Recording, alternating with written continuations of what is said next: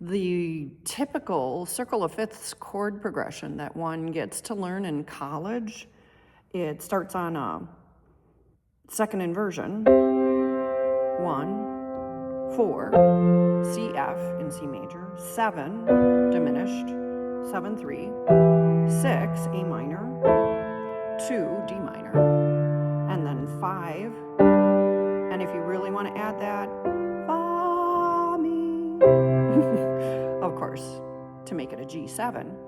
Now, if you learn that in every key, major, minor, at the time there weren't really iPads, so I wrote them every single one out and made sure I learned it as much as I could at the time, very, very comfortably in every key. And now you can do like a little improv within the, oh, this isn't going to be very good because I just thought of it today. I'm like, why don't I do things like this on the piano, which is my fourth instrument after my stringed instruments and voice?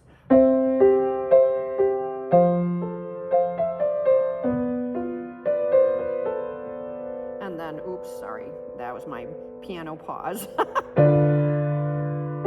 Oh, well, anyway, I can't talk and play. And play.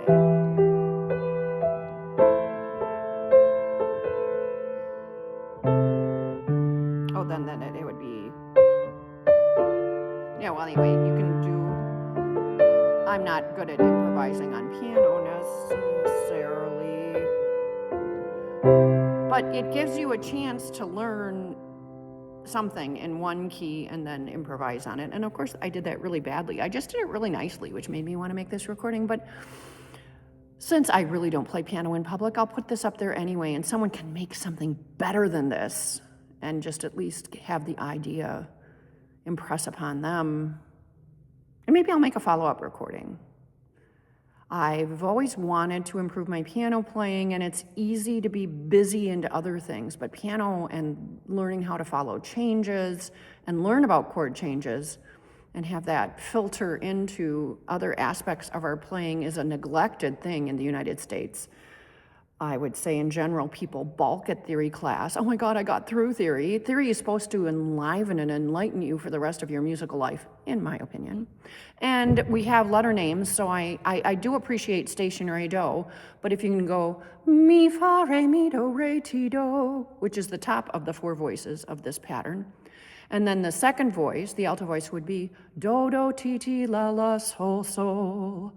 Mi, fa, re, mi, do, re, ti, do, do, ti, ti, la, la, sol, sol, sol, la, fa, sol, mi, fa, re, mi, which is your tenor voice. And then, of course, the bass voice is do, fa, ti, mi, la, re, sol, do. And if you learn that in every key, major and minor, you are reinforcing a better sense of almost perfect pitchness. The more you play it, the more you hear what those individual pitches are in different keys, and also that you really clue into your tritone. Fa, ti wants to go to mi, do. Very simply put, there are 6 tritones. Ti, fa wants to go to do, mi. So if you learn tritone and resolution, and then it's all about how music history avoids this in chant days, you know.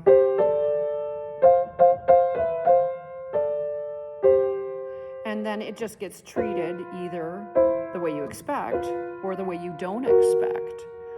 That's augmented 6 chords. So in other words, if I'm in G major, G dominant 7, resolving to C, what if I take this tritone and resolve it to here?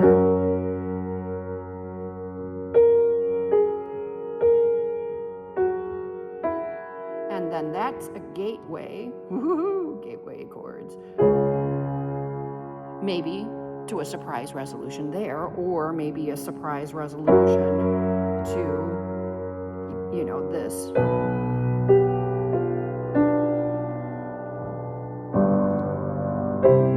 You know, so I could have taken that G flat 7 and resolved it to B major, because G flat is also F sharp.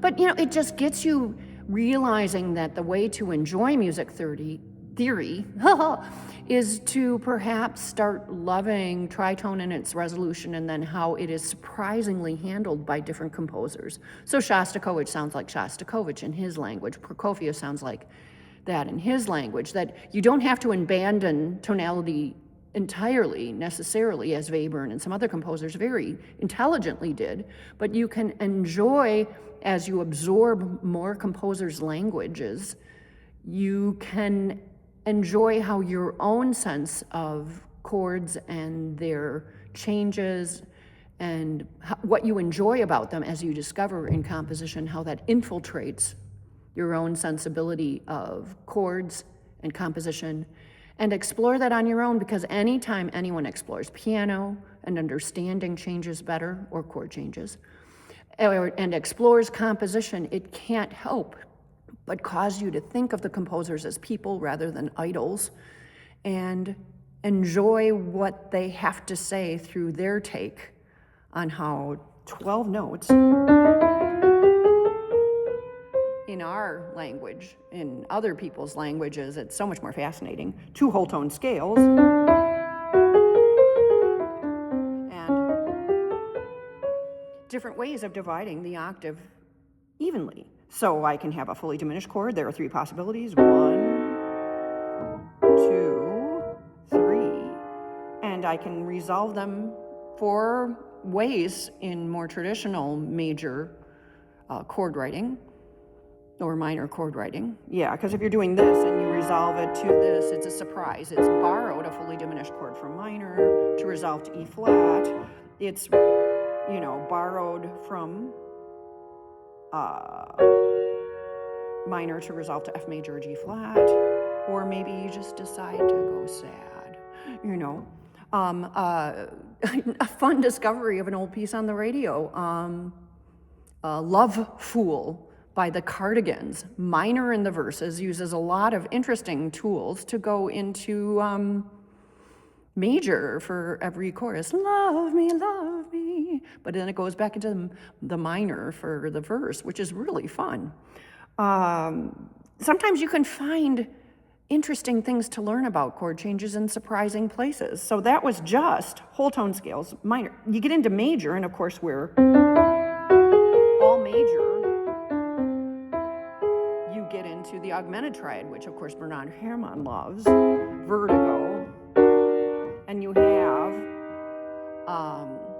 4 of those possible, and then you're back to the first one. And that's just la ti do re mi fa si la, harmonic minor, la ti do re mi fi si la si. It can be used as a suspension or a way to travel then to a new key perhaps, to have it be like going, so instead of going to A minor, I went to F major. The whole idea is to set people up with once, twice, third time different, as Bach almost always does with rare exception, and then enjoy where the music takes you. So we just went through ways to divide the octave by minor seconds, chromatic scale, major seconds, which gives us 2 whole tone possibilities. And all you have to do is add a minor second, and boom, you've decided on something because you created the tritone. Sorry about that. Talking and playing is not my forte, depending on how you like to pronounce things.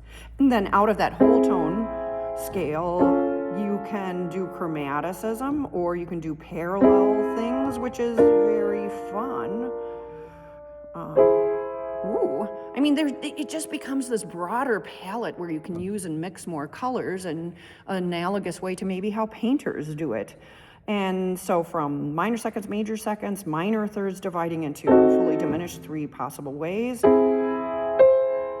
major thirds dividing into 4 possible ways, then perfect 4, no, that doesn't divide it.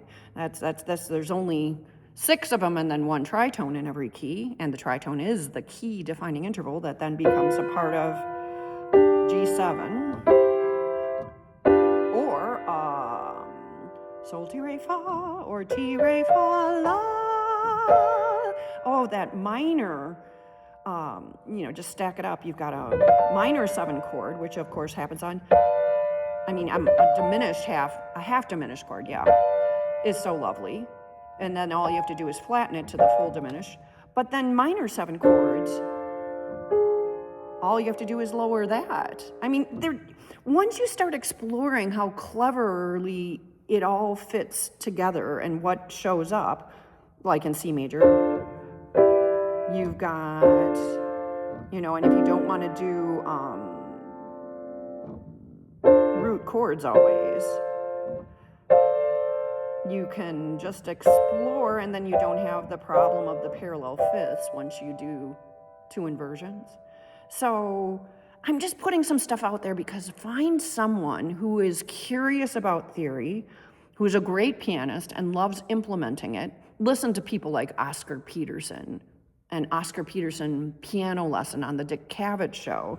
And then you can just start exploring chords with more intelligence to style, but also intelligence to how they naturally show up in any kind of music, classical, jazz, avoiding the tritone altogether and having it just be more avant-garde. And I could analyze that, but it was kind of fun. Just letting yourself play, kind of like Mr. Rogers talks about. You just let it express your feelings, and you don't always have to know what chord you're on. There's so many neat things to do with music, and you don't necessarily have to be intimidated by people who have great prowess. Explore it and enjoy it, like the Kurt Vonnegut poem talks about as well, of exploring any kind of arts and how it enriches you. Au revoir. Have fun with music.